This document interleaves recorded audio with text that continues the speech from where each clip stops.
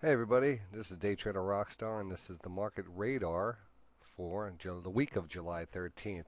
Now I'm doing this again on a Friday, midday, actually before 12 o'clock to get an early read on the market to kind of go over some of the news because this weekend again will be packed with Greece news and we know that's been something overhanging the markets.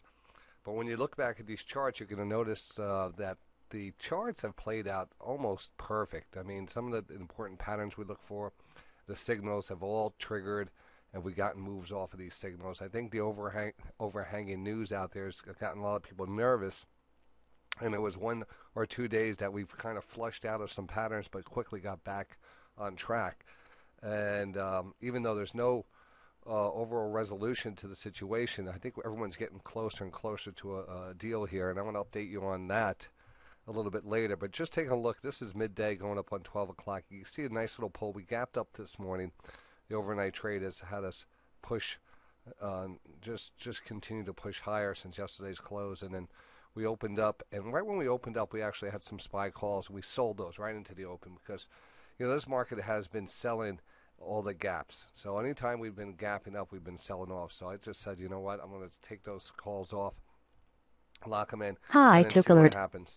And as you can see, the market has pulled back, but very organized. This is something we pay attention to all the time. What kind of pattern is playing out? Is it a constructive pattern that we could trade off of? What are some of the key signals that we're looking for? We have you can see that we have right now. We just had a triple threat sell signal here, and you can see that big candlestick reversal. Here we had a triple threat buy signal right back here. Probably a tradeometer set up here, and I'm off the mics on Friday. Paul's doing a great job covering and trading too, so you don't get to see me post these here live, but I want to just show them to you, just kind of in a review, because this was the focus of this week, is really determining where the trend is, dealing with the news, overhanging news. You're going to get these spikes, you're going to get some chatter out there, you might get a drop, but you can see certain patterns play out over and over again, and we know how to get into those patterns, we know how to get out of those patterns, and that's what we just have to wait for. So that's what we're looking at right now. And, my gut feeling today, even though we had to gap up on some positive news and we started to sell off, I think that we're going to actually kind of move back up. Take a look at the bigger picture here. Now we're going to take a look at that the S&P 500. And before today, we were actually, before this gap up, we were actually just kind of getting into this decent wedge pattern. We had a great call last week into this rising wedge pattern. We looked for that rising wedge pattern to bring us down to this 1, 2, 3 pattern. If you look back up here in this one, so you see this big channel up here. I want to make this. I want to make that blue also up here. And this one, it represents that 1, 2, 3 pattern. And we could probably go out even. Take a look at some other things here. Let's see where we are. So this underlying trend line now, which has established there was a little a bearish flag here. You can see a perfect rotation here, and that's what we're looking for. We're looking for that channel, that rotation, that follow through. And even though this is on the 60-minute time frame, if we look at the daily, a little different look of it. What's really key is that oversold daily, which we were talking about being a very important buy signal. And from that point on, we actually did rip higher. And then we got overbought, and now we're actually pulled all the way back. And there's a lot of chop here. And these circles represent, other charts, other time frames. It is kind of consolidated on one time frame. But look at these candles. I mean, it's a little sloppy because I do a lot of writing on my charts. But basically, we had an up day, a down day, a reversal. It was like we started off up and then closed on the lows, and then started here today gapping up and opening up right next to the top part of that wedge pattern. So we're up against this wedge pattern, which, typically this wedge pattern technically is a good signal. We usually break out and break out what we call a 65 to 75% of the pattern, if we consider that pattern to finish out down there at 100%, where we kind of converge those two lines. You want to try to look at that 65 to 75% area.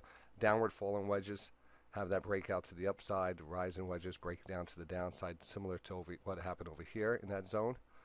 So it's an interesting setup going into the week.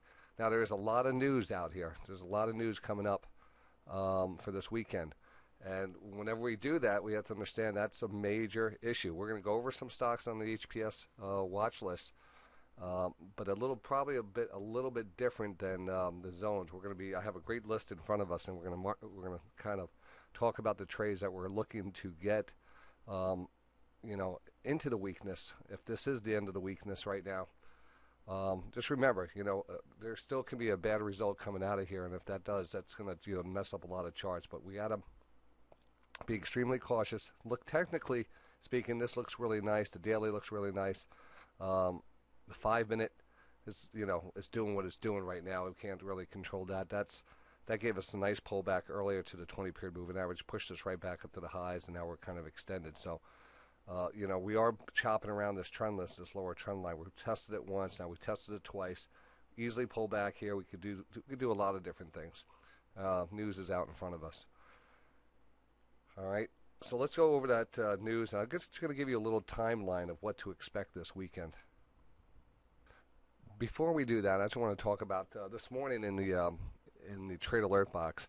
Because I'm off the air, I still post my early morning notes, and we identified a few good-looking plays for today. APD was one of them, and as you can see, it's holding strength. It's never really pulled back to that 20-period moving average.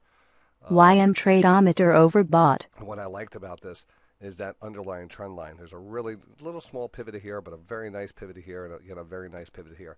We're looking at getting in on this on a kind of a 60-minute candle, but it gapped up and it hasn't looked back yet. It continues to look pretty good. Just want to bring this one to your attention because there was a couple good ones we're looking at, very similar to that too. The other one, I'm going to save those for the watch list actually. So we're going to save those for the watch list.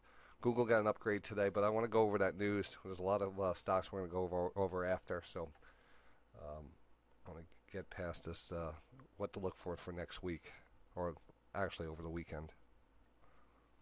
All right, you can see the market actually pushing up towards the highs again.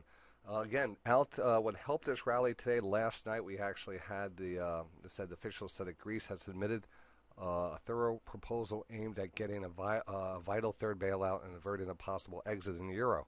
Now there's a lot of steps I have to go through on this, but what we're hearing is that it seems like there is something that's closer to what the Eurogroup wanted versus what the Greeks wanted, or at least the Prime Minister wanted in the referendum. They wanted to go against it. So there's a lot of gray area here. You really have to dig down into it. I'm going to go into it a little. This could easily fall apart, but right now we're seeing the reaction to some of the positive notes coming out of Greece right now, and the potential of a deal being struck this weekend. Eurogroup president said the Eurozone would discuss a response to the plans on Saturday. So Saturday we have a response to the plans. Germany has cautioned there's little room for easing Greece's debt burden, and the Greek Prime Minister here will put the plans, which contain many elements rejected in the referendum last Sunday, to a vote in Parliament on Friday. So we have a vote in Parliament today, or we have the meetings continue on Saturday. Got a little bit more here to discuss with you. There's some comments that the new proposal was a thorough piece of text, and that support from the Greek Parliament would give it more credibility. So it really has to get through the Greek Parliament. And, we might be seeing the reaction of that happening right now, as the market here continues to push higher. Now, let's see what else we have here. The final Euro finance ministers meet in Brussels on Saturday. A meeting of the Eurogroup leaders is scheduled for Sunday afternoon, followed by a full EU summit 2 hours later. The Eurogroup is a body of Eurozone members to discuss monetary policy. The Italian Prime Minister said he was optimistic and hoped the deal could be struck on Saturday so that Sunday's meeting would not be needed. French President said that proposals were serious and credible, and that Greeks have just shown their determination to remain in the Eurozone. However, Germany, which has been far less upbeat on the deal, would not comment on the details of the new plan. Let's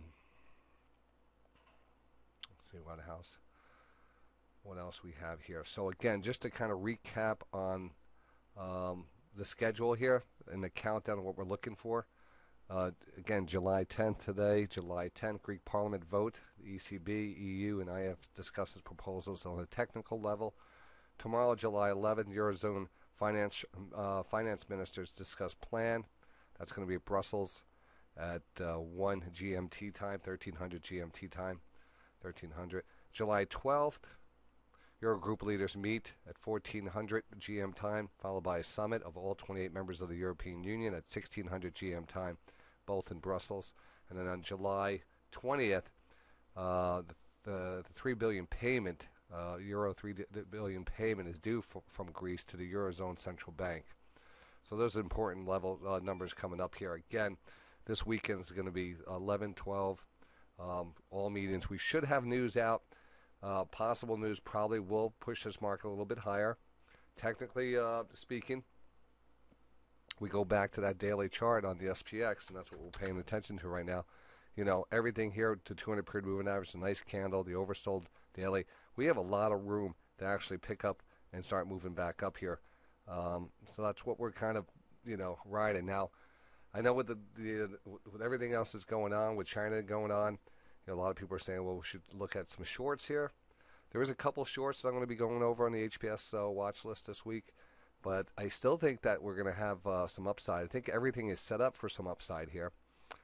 It's just hard to short against the some of the signals that we're starting to see, and the potential here on either way of getting a big reaction on Sunday into Monday next week, is kind of a gamble. Also, we have earnings season kicking off really in full effect next week. We have the banks coming out. We have some other big stocks. I discuss those each and every day. So that's it. Hopefully you enjoyed this market radar for next week. I try to do a few of these a week. One goes out with the HPS watch list, which is this one. And we're live trading here today at Day Trading Radio. So you can always tune in and you actually get a good view of what's happening with the markets here and where our levels are as we just pushed back up close to the highs.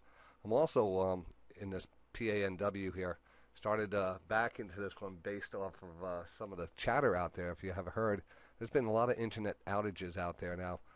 I just took a little trade on the Palo Alto networks and some calls going into next week, just in case this becomes more in focus, that those cybersecurity stocks will really get into play. This one seems to be holding good strength. It's working out for us. But these are the type of things you could see here at Day Trading Radio. So come on by. I'll talk to you. And don't forget, if you're getting this and you're going to be checking out the markets, futures open up 6 o'clock on Sunday. Be sure to check it out to get the first look and read on what's happening with Greece. Stay tuned for the HPS video if you're a member. If not, definitely sign up for the 2-week free trial. Try it out, make some money, and we'll talk to you next week.